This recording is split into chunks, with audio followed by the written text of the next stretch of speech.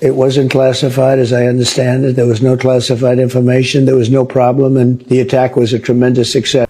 Signal's an encrypted app. It's like WhatsApp, but probably stronger. It means it's scrambling the information from end to end.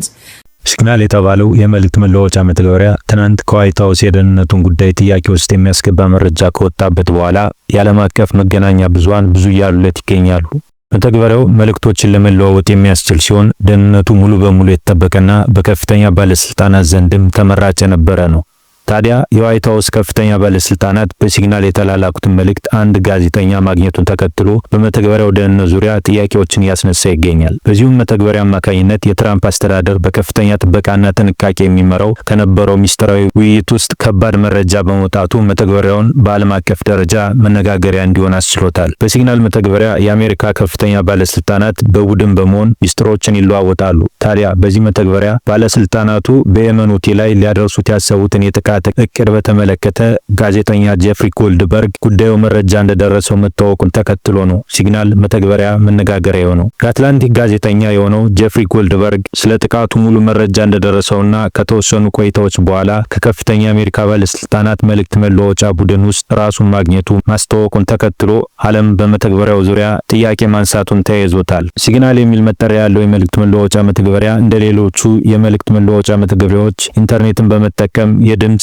የቪዲዮ እንዲሁም የጽሁፍ መልእክት ማስተላለፍ የሚያስችል ሲሆን በድምጽና በቪዲዮ መደዋወልን ጨምሮ የኢንተርኔት ሊንኮችን መለዋወጥ እንዲሁም ሌሎች የመልእክት መላላኪያ መተግበሪያዎችን የሚሰጡትን አገልግሎት መጠቀም ያስችላል። ሲግናልን በአይፎን፣ በአንድሮይድ፣ በዊንዶውስ በነጻ ማግኘት ይቻላል። መተግበሪያው እንደ አውሮፓውያን አቆጣጠር በ2014 የተዋወቀ ሲሆን ሲግናል ፋውንዴሽን ለትርፍ ያልተቋቋመ ድርጅት በባለቤትነት ይዞታል። በዓለም ዙሪያ ተቀባይነቱ የጨመረና በርካታ ተጠቃሚዎች ዘንድ እየተወደደ የመጣው መተግበሪያው 70 ሚሊዮን የሚደርሱ ተጠቃሚዎች እንዳሉትም መረጃዎች ያመላክታሉ። ሲግናል መተግበሪያ ነፃ ማስታወቂያ የሌለው ደህንነቱ የተረጋገጠ በመሆኑ በርካቶች ምርጫቸው ነው። በሲግናል መተግበሪያ በኩል የሚተላለፉ ማንኛውን መልእክቶች የመተግበሪያው ባለቤቶች፣ የስልኩ አምራች ኩባንያዎች ሆነ መንግስት አግኝቶ ማየት አይችልም የተባለ ሲሆን ይህም መተግበሪያ በጋዜጠኞች፣ በመንግስት ባለስልጣናትና ሌሎች ሚስጥራዊ መረጃ በሚለዋወጡ ሰዎች ተመራጭ እንዳደረገው ታውቋል። በታላላቅ የቴክኖሎጂ ኩባንያዎች የሳይበር ደህንነት ባለሙያዎች፣ ጋዜጠኞችና የመንግስት ባለስልጣናት ዘንድ ሚስጥራዊነቱና